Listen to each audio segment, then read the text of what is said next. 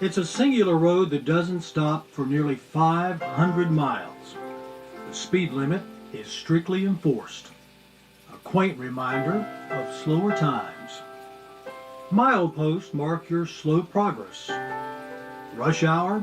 Well, it does not apply here. Just what kind of highway is this?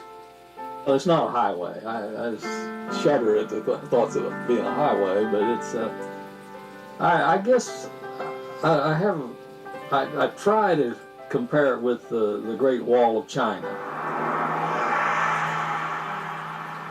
Such comparison may seem absurd to those who've not ventured upon the Blue Ridge Parkway. Pity, given the rewards. I would say if you got on the Parkway and did all 470 miles, it would change your life. It's a road that passes through 29 counties between Virginia and North Carolina. At one point, you're a mere 649 feet above sea level. But that'll change. The air will thin as you climb beyond 6,000 feet. Any way you look at it, it was designed for one thing, to give you, the visitor, the most marvelous view you could possibly have. And those overlooks are built-in balconies for one purpose. Hey, look at, oh my, this sort of thing. And it is designed, deliberately designed, so that you do have balcony after balcony after balcony. Go from 600 feet up to 6,000 feet for your balconies. And do it mile after mile through all sorts of beautiful changing scenery and at a very leisurely pace. The marvelous thing about it, it is a balcony. It's one of America's most eloquent roads. A ribbon of asphalt that makes up a national park. It's unique.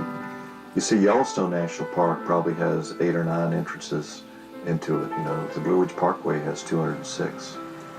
The easy access draws upwards of 20 million visitors a year, lured by the ever-changing seasons and their colorful effect on the terrain. The wildflowers of spring and summer, autumn's leafy canopy, winter's white blanket. No matter the season, the weather will dispute reason. An eccentric charm here. You might, for example, start out right here on the Parkway in broad daylight as it is now. Time you top the mountain 20 miles away, you'll be, where am I? You can never go back to the same place and have it be the same. You know, it's either distant sunset or there's a fog that's rolled in. I don't know that I have really a favorite place and a favorite time. It's always a different time that becomes my favorite. The next time becomes my favorite. From the start, though, there has been one constant: blue. The earliest reference I have seen written on it goes way back to William Byrd, the old explorer William Byrd. I mean, back in the 17th century. He's talking about coming up towards the mountains, and he says has a very blue tint to it. And it's been, and what it is, I've heard all sorts of arguments about this. It's mist, it's smoke, anyhow, it varies, but the blue is there, very much there. And coming from, say, the lowlands, you can see it on the horizon, and the closer you get to it, it has that beautiful blue tint. And then, as the sun hits it, it changes those tints in there. But it is blue, has been blue, and I hope stays blue.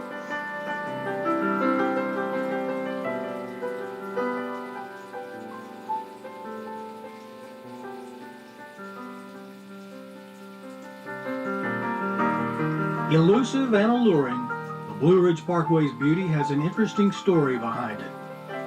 Proposed during the Great Depression to put men to work, the Parkway was supposed to take 5 years to build.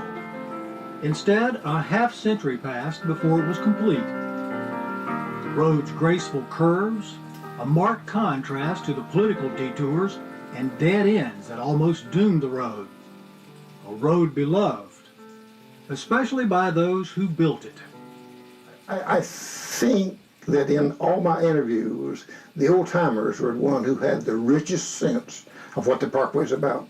Talk to an old-timer who worked in the Parkway. He'll never call it Parkway. His one term, and always with admiration, the scenic, the scenic. And I think that is a superb term. It's also known by another term. Depression, baby. Absolutely. Without that Great Depression, probably no Great Parkway. The Blue Ridge Parkway began in an era of stark poverty. Deplorable may be an understatement. Absolutely. If you look at some of the old pictures of that period, mud roads, basically what they were. You see wagons mired up to the hubs. You see automobiles with mules hitched to them being pulled out. It was basically a sad story, but by and large, a poor, very poor living at the very, very best. Yearly income, I've seen as much or as low as $353 for a total year income for a family of 6 or plus. See? So you know it's the hard scrabble living. Yeah. And the mountain people were not alone. Literally millions of folk are out of job. Not that poor little fellow alone on the mountain there on the Blue Ridge, but all along the territory, out of work, out of work, out of work, and no hope. And then comes a change. Previously, under previous administrations, the federal government would take no part whatsoever in relief agencies, indeed. Now comes a change in attitude, and this time the federal government said, we will help our people and relieve their suffering. One way, build a highway. You know, it was one of FDR's, ways to put people back to work, and it worked. It worked in part because rural families were willing to sell their hard-scrabbled fields to the government. Family farms plowed into a parkway. An easy transition for some. On one occasion, they went to see this gentleman who had a homestead there, and they said to him, well, listen, they were very concerned that the road would go through his, view of this mountain. It was out his front door of his cabin. And they asked him, aren't you concerned that the road's going to be, blocking your view of this mountainside? He says, I've done seen it. Oh, the timing was just superb, and I don't think any other time would have worked. I really don't. But this one was just right on the money, right people, right time, right attitude, and right needs. That's once in a lifetime. You couldn't get past the first page of trying to build a parkway today.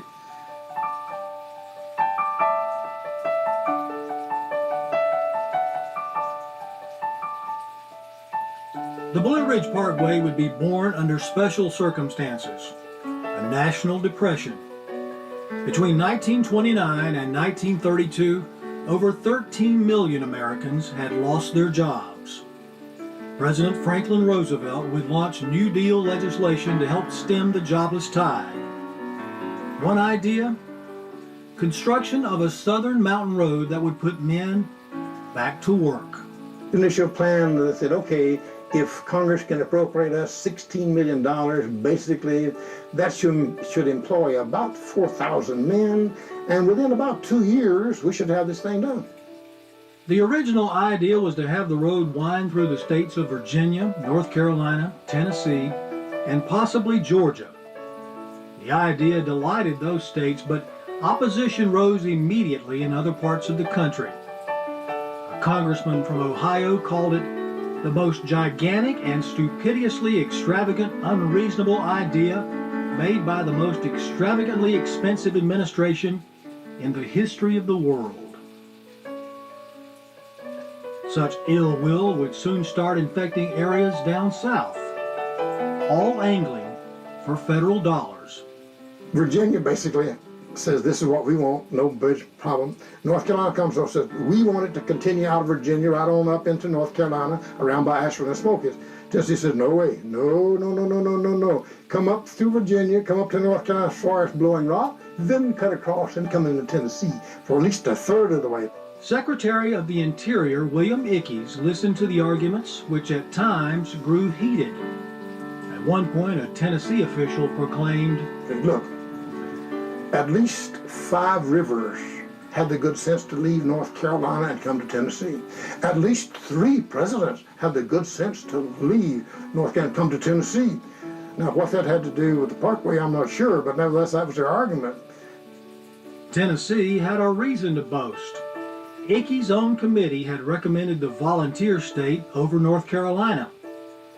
Nevertheless, after the heavy lobbying, it came down to this. Mr. Ickes straightened himself up.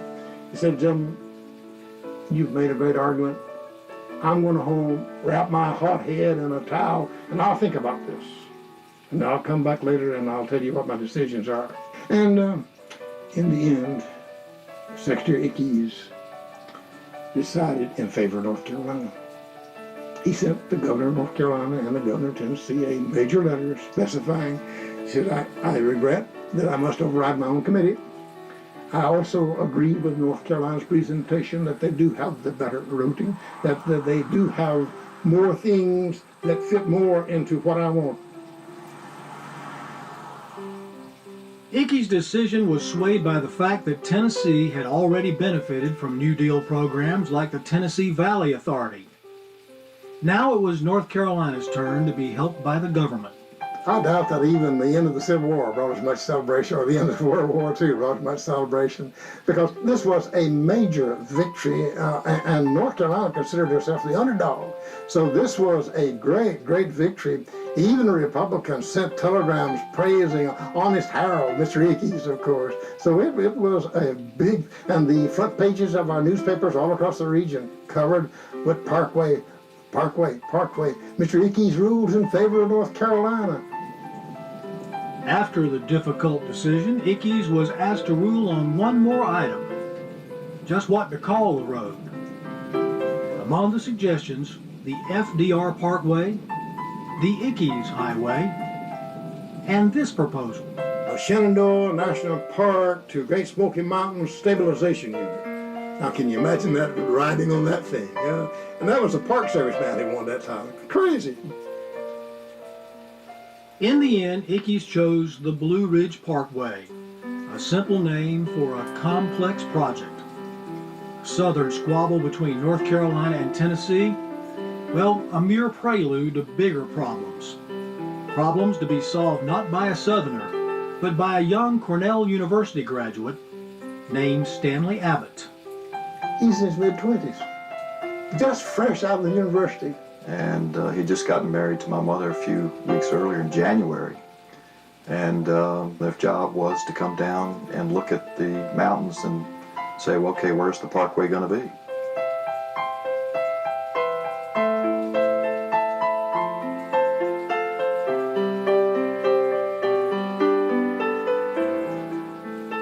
Stanley Abbott studied landscaping architecture at Cornell University. He honed his skills with the highly regarded landscape architect Gilmore Clark in New York State. Now they were called to Washington to discuss a new project called the Blue Ridge Parkway. The story is that there was a meeting with the Secretary of the Interior, Harold Ickes, and Gilmore Clark was there, and some Park Service people, and Stan Abbott. And Stan Abbott, he always felt as though Gilmore Clark was going to be around as a mentor that he could rely upon for advice. Well, in this meeting, the secretary starts off, and they didn't really get along too well anyway, and he had a comment about his fee. And Ickes says, well, Gilmore, what fee are we paying you now? Gilmore said, well, it's like $75 a day. That was his fee, plus expenses. And Ickes said, well, we have landscape architects all the time for $25. Anyway, they got into this heated exchange, and Gilmore walks out, see? And there sat Stan Abbott. His mentor just walked out and never to be seen again on the Parkway. And the whole burden of this project, 470 miles of a parkway that had nothing like it in the world, fell on his shoulders. 25 years of age. And so you can imagine what a scare that was. Abbott's anxiety would only get worse as he arrived down south. He came to Appalachia, I'm sure, expecting the green forest and all that territory. And what he finds are old worn-out farms, cut-over timbers, old slag piles, and this sort of thing. My God, what is this? I'm supposed to make a park out of this? Some of the pictures, early pictures of the parkway, are unbelievable. I mean, it was erosion You travel the Parkway today, it doesn't resemble in any way, you know, the devastation that was there in the 30s. Working in Stanley Abbott's favor, a poetic vision of what the Parkway could be. A well-read man, he loved the works of Kipling and applied it to his task. As he was reminiscing, thinking about his work, he says, you know, I was privileged beyond means, to be able to paint on a 10-league canvas with a comet's tail. Where the naked eye saw devastation, Abbott saw a buried beauty. As he began laying out the Parkway, he set eloquent goals. The Parkway would be, in his words, a museum of managed American countryside. He was well aware that through this road would come travelers from all over the nation, from all sorts of backgrounds. And he wanted to make sure that they saw a beautiful rural landscape that wasn't all, the old days, all gommed up with hot dog stands and that sort of thing. So his deliberate thing is, okay, let's ensure, let's preserve, or let's encapsulate in here a very beautiful rural managed landscape that stays that way. Abbott also saw a need for diversity and proposed parks along the Parkway that would be, in his analogy, the rare gems in the necklace. And what he was seeing, he said, okay, now we got 500 miles. Nobody's going to drive 500 miles without some brakes. And in those brakes, let's make it attractive. Let's entice them to stop. He said, okay, and they should be the rare gems in the necklace.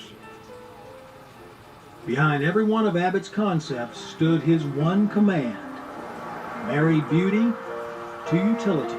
If I were using one statement that would identify Stanley Abbott, I think that was the one: marry beauty to utility. You've got to place a road somewhere, but in so doing, place it in such a fashion that you don't leave scars, you don't leave gouges, you leave beauty behind you for the next person, and the next person, and the next generation.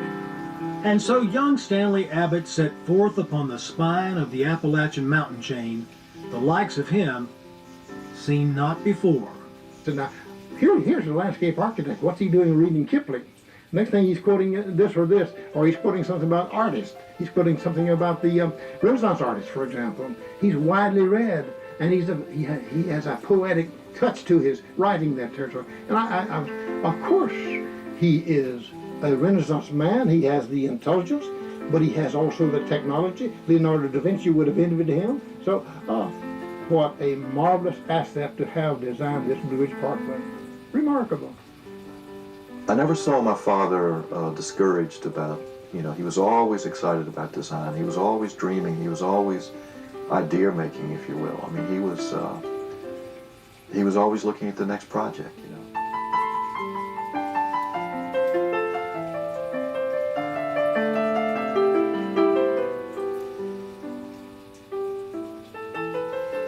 But for Stanley Abbott to make his Parkway dreams come true, he had to convince the mountain people to open their lands.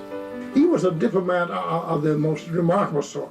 Now, this Yankee architect has a remarkable knack for meeting our mountain people, and he deliberately tries to meet them sincerely, and that comes across greatly. All along the territory as he's walking, every place he goes, he can stop, get a Coke or something of this sort. All the little country stores, and there were lots of country stores in those days, he would stop to identify himself. A remarkable man, because the average Yankee wouldn't have gotten into most of those homes. My father was very interested in people, and I think probably the most significant thing about outside of his talent and his just understanding of the beauty of the place was that he really was able to connect with people. Part of it was his own attitude. Part of it also was the concept that, hey, this man's going to bring some money. That, you know, that helped open doors. It was up to the states of North Carolina and Virginia to pay for the property. Our going rate, probably $4 an acre. But that was the going rate. Man could refuse to sell if he wanted to. He could take it to court if he wished to. Most of the court cases did not prevail. And the state of North Carolina and Virginia posted maps. This is the land that will be taken. You may appeal, but it will be taken. There were parts of the Parkway which were very difficult in terms of land acquisitions. There were some pockets of land in the southern part of Virginia, which you can still go down and talk to the old timers, and they still remember the feds coming through and taking their acreage of their farm. And many of the grandsons and so forth, the heirs of the owners today, they're bitter about it, but they don't realize what a dollar was in those days. And Granddad already used that much of the land anyhow. For a lot of mountain families, the Parkway was a godsend. Living conditions there were shocking to those who were building the road, like Nello Tier. Yeah, I've seen him cry many times trying to tell us children about what he had seen back in the hills. For clothes, they used flour sacks, and flour came in 100-pound sacks, and they'd walk into the nearest store somewhere. The first thing they do was try to get the old flour sacks up and take it back home, and the mother would make dresses for the children out of it. That's how poor they were. Shoes, very little shoes. Daddy said he never saw a family that were completely shoed. Most of them were shoeless, winter and summer. In addition to selling their land, mountain families were also getting paid to keep their property intact in a scenic easement arrangement. Basically, the scenic easements were very simple. Said, okay, we won't buy your land. We need the view, and I'll tell you what we'll do. We will pay you X dollars if you will agree to just let that land remain as it is. You can farm it, you can do it like it, just let it remain like it is right now. Sure, I need the money, and I'm going to farm it in, so sure, we will do it in that fashion. To better explain the Parkway and its benefits to the mountain people, Abbott created a little newspaper. So he came up with the Parkway News, and a very, very humble approach, identifying what the Parkway is about, and it wants you to be its neighbor. We want to be a neighbor to you. I would like very much to cross the fence, shake hands with you, and talk for hours. I will be along. Please help me. Here's what we want to do. We need your help. We want to become part of your community. The sheltered, isolated mountain life would forever be changed by the Blue Ridge Parkway. As construction began, strange machines ascended into the high woods, the landscape invaded seemingly by Martians. But at least the raid paid. See, we talk about the space shuttle, and in all for that of it, these youngsters had to have just unbelievably wide eyes indeed. And I'll bet Stan Abbott catered to that. And I think probably the Nello Tiers also catered to that. But the local boys would bring their families up. The workers would bring their families up to show and tell. Because they were delighted to be part of this great adventure. They didn't realize at the time what a great adventure was. They knew it was new. They knew it was pioneering. And they were delighted that they had a job, a daily job. On September 11, 1935, Nello Tiers' shovel dug the first hole on the Blue Ridge Parkway. Over 100 men were at the job site, located at the Carolina-Virginia line just above Low Gap. Men secured from the Allegheny Relief and Unemployment Rolls. America was 6 years into its worst depression. Across the Atlantic, the Nazi war machine loomed. Despite the ominous clouds of the world, Appalachian earth was broken eagerly. Blisters be damned. Those people didn't even have cars. They had to walk to wherever the work was. And some had to walk 8 and 10 miles to get to the job and work there 6 hours and walk back home. When the landscape architects were assigned their jobs, one of their assignments was keep in mind as you're out there, what you see, evaluate, does it have any preservation value, does it have any historic value? The Brenniger cabin in North Carolina is great. And I think the outbuildings that are around it, that's really such a good example of how the traditional mountain farmer respected the land, understood how it worked. The landscape architect who saw the Brenner cabins, this we got to keep, this we got to keep, because it did have class, it did have the sort of thing that spoke well for Appalachia. Stanley Abbott saw the Blue Ridge Parkway as a 469-mile scrapbook of rural America. He urged preservation because he saw the dangers of progress brought on by the Parkway itself. Where once the mountain lifestyle was isolated, this grand road would bring mail. One of the concerns the landscape architects had was the Sears Roebuck catalog, because all of a sudden it brought not just the guitar to the mountain, but it also brought, white paint and improvements, so the character would quickly change.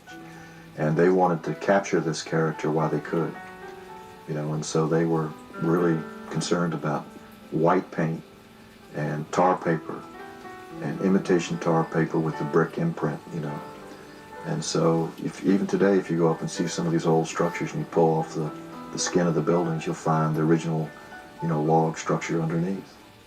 In addition to preserving structures, Parkway officials wanted to label areas correctly. They were fascinated with the names. I mean, they really wanted to get the names right from, the area, from the people, from the ideas, the stories. In doing so, the Parkway became rich with colorfully named places. The 20-Minute Cliff, the Devil's Courthouse, Sweet Annie Hollow, the Meadows of the Dan, Spy Run. For 469 miles, a travelogue of Americana, myths, facts, and rumors.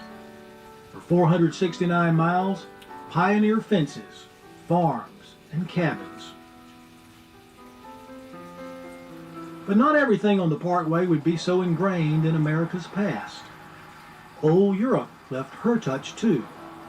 Well, to me, the stonemasonry up there is really fantastic. I mean, there are a lot of Italian and as well as Spanish stonemasons who came over, and they built these wonderful bridges. Among them, David Facilio, who came to the United States from Italy on the 4th of July, 1920. I don't think he ever cared two hoots in hell whether anybody knew who he was. I think he would like very much for them to say this is a beautiful thing. I think that was quite sufficient to him. Work on the Blue Ridge Parkway flourished in part because of an absence of constrictive bureaucracy. Artistic content, not countless forms, took center stage. Remarkable given the fact that the federal government was overseeing the project.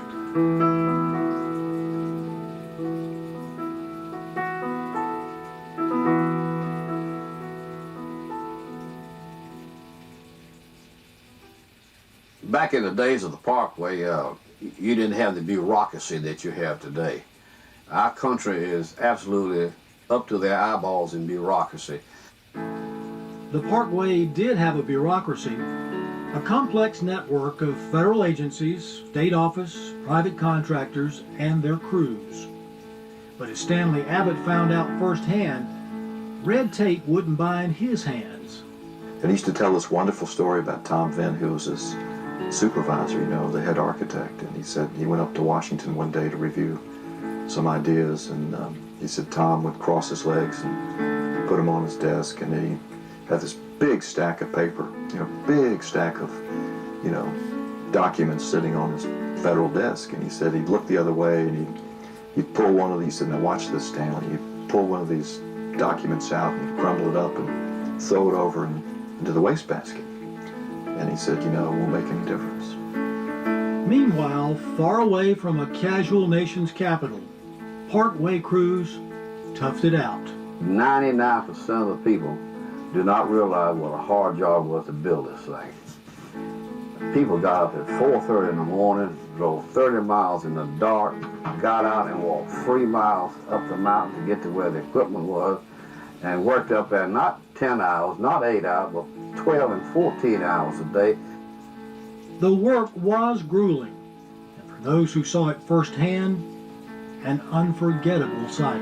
When I came in from my first newspaper job and came in to visit Daddy, and we went up on the job, and it was just all red dust and clay and this heavy machinery making tons of noise, and the men stripped to the waist off and just sweating like crazy. It was the sun beating down, and there was nothing romantic or beautiful about this. Nothing.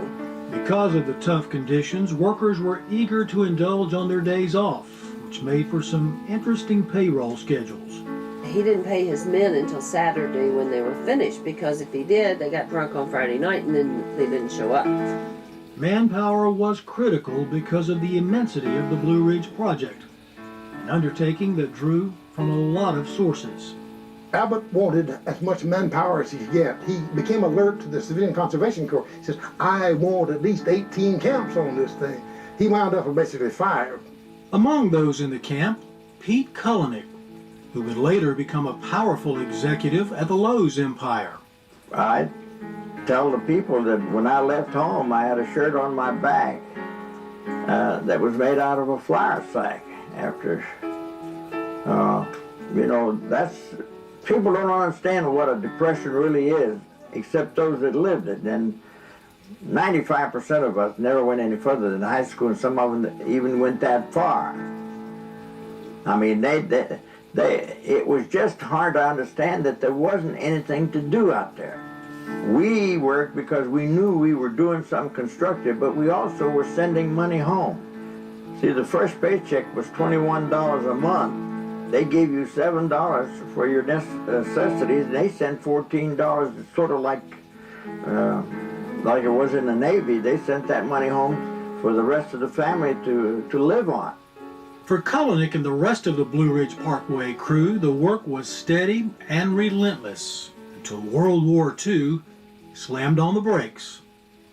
The Parkway barely a third of the way completed.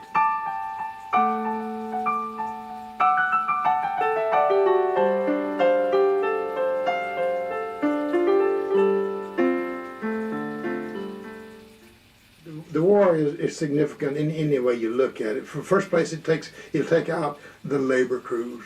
It'll take out the CCC board labor crew. It'll of course remove the WPA workers. It will also no more bids. That's the end of construction. The whole thing closes down and put basically in wrappers for the time being, for the duration of the war. So the great momentum was lost. But the mountains wouldn't entirely be abandoned. There would be military people who would be on there for training, maneuvering, that sort of thing. A military presence led locals to think the Great War would come to their backyard and that they were well prepared. The local boys thought that the Parkway had been fortified. They saw those old huge drill jacks standing up with like small cannon. They thought, my golly, they fortified that whole Parkway. Not so, just remnants of construction. Renewal was years off, but the war did bring some new Parkway workers. As the war came in and developed, there were conscientious objectors who refused to fight but would serve, would be glad to serve in any way they could. And the Blue Ridge Parkway said, okay, we can use their labor. They'll do, for example, at Crabtree Meadows near Spruce Pine, they'll be building the campground there, using the huge machinery, continue their work. They'll be also doing some of the slope grading that Abbott wanted continued. Abbott fusses at them a little bit. He says, you're using too small a pallet. Talking about his artistry again, he didn't think they were putting heart and soul into some of the work he wanted done. The war would eventually take Stanley Abbott off the Blue Ridge Parkway, the visionary trading in his draftsman's tools for an Army rifle. Abbott himself is gone and does not come back, which again is a major loss. As America celebrated the end of World War II, the man who started the Blue Ridge Parkway wouldn't be there for the post-war chapters. Still don't know why he didn't come back. I suspect maybe greener field somewhere else because the pattern had already been stamped on what he was doing here. Given the choice between continuing the Blue Ridge Parkway or creating new road wonders, Abbott chose the latter, working on the Mississippi Parkway and Virginia's Colonial Parkway. As for the Blue Ridge Parkway, Abbott felt it was the right time to leave his resilient Depression baby, now a struggling post-war adolescent, with different rules of the road. I remember one day he was looking out the window and he said, there'll never be another Blue Ridge Parkway. I guess meaning because of the legal ramifications, the red tape, and all the other encumbrances that you have. He knew that it was built in a very special time, when, you know, the labor force was there, the interest was there, the Park Service was ready, and basically as designers they were let alone. Abbott's successors wouldn't enjoy such benefits.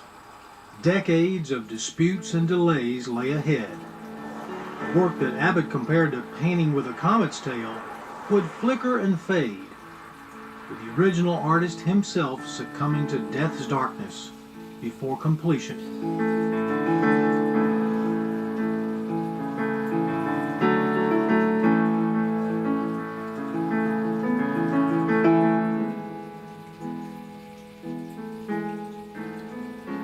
The Parkway story picks up very slowly. It's a very, very slow process for one big reason. Congress does not give it a great deal of funding, as it's not giving the Park Service a great deal of funding now. But one of the great men who kept knocking on doors of Congress because he was there was Robert L. Doffin, who was chairman of the Ways and Means Committee there in Congress. And he kept demanding fund, fund, fund, fund. And it was his appeals and his influence that did get the funding that did come through. But always it's narrow, it's tiny, it's not nearly adequate enough to finish the Parkway. So it's piecemeal. One little section of Virginia being worked on, one little section of North Carolina being worked on. So it's a slow process, and it's a sad process. Dealing with the delays was Sam Weems, the new superintendent of the Blue Ridge Parkway. An engineer from Georgia, he followed Stanley Abbott's lead. Weems' contribution is tremendous. He was superintendent for many years, and his contribution basically having the engineer's eye and seeing to it that the quality that Abbott had established was maintained all along the way. He hired the first naturalist to go along the entire parkway and gather the stories, what's going on here, the history stories along the way. He'll also be the one who'll be able to supervise the construction of all those new areas, the park areas, putting in visitor centers. So he's there and very, very diligent about overall supervision. Mr. Weems, they called him, and he was highly respected. Under Mr. Weems' watch, the Parkway expanded with some generous help from industrial giants. In 1946, following the death of insurance executive Julian Price, 4,700 acres of his land were passed over to the Parkway. In 1949, textile legend Moses Cone's summer estate became a popular Parkway attraction. Despite these additions, progress on the Parkway continued to sputter, and the unthinkable began to be suggested. Oh, there were talk of tolls, yes indeed. First of all, talk about toll the first time around. We considered it to be a toll road. North Carolina vetoed that. 3 more times the federal government proposes tolls. Even got so far as constructing toll booths and putting uniformed men ready to go there. North Carolina said, no way. We promised you we would buy the land if there was no toll. We would donate that land. We donate that land. You promised us no tolls. We won't pay tolls. Such fierce resistance closed the toll booth idea for good. But with no additional revenue coming in, the Blue Ridge Parkway was in dire need of assistance, as were many national parks. And Uncle Sam took up the mission. Mission 66 was one of the great federal programs. When that program was being considered, housing for our rangers were absolutely pathetic. Funding for our parks, absolutely pathetic. And anything you look at was pathetic. And the powers that be said, okay, this is a disgrace to our nation. Let's improve it. Let's improve housing. Let's improve visitor centers. Let's improve interpretation. Let's improve every aspect of leisure driving and recreation in our parks. And therefore Congress came up with sizable bucks. And throughout the nation, Yellowstone, Blue Ridge Parkway, Shenandoah, all across the nation, wherever the national parks were, that money was put to work. Well, Mission 66, I think that was what got the emphasis to get it finished. And I think right after Mission 66, soon after Mission 66, the funding came through the federal highway program, through the tax money for gas tax money, the Federal Highway Trust Fund then, and things seemed to move along. There more money was available money that would sorely be needed to complete the last link of the Blue Ridge Parkway. Oh, there's a great story there at Grandfather Mountain. It was at the stage when I arrived that there was no question it was going to be finished. As the Blue Ridge Parkway staggered toward its finish, eyes were cast toward beautiful Grandfather Mountain. At nearly 6,000 feet, the mountain summit rises higher than the rest of the Blue Ridge Range. Running around the mountain is U.S. Highway 221, a popular route which Parkway officials were hoping to claim. If successful, the Parkway would have made 221 off limits to, among other things, trucks, billboards, and restaurants. But that's one of the pleasures of a parkway, an absence of 18-wheelers and commercial barrage. But Highway 221 couldn't be eliminated. The established traffic, heavy and entrenched, not parkway material at all. Another road would have to be carved out, and its berth would have more twists, turns, and delays than any other parkway blacktop. So the Park Service said okay, and they developed this High Line. And it involved a tunnel through Pilot Ridge. Maps were prepared and filed at the local courthouse. Then testing commenced. A significant problem arose when Hugh Morton, the owner of Grandfather Mountain, intercepted a parkway crew. And Hugh Morton, the owner of the mountain, showed up with the sheriff and made him get off his mountains.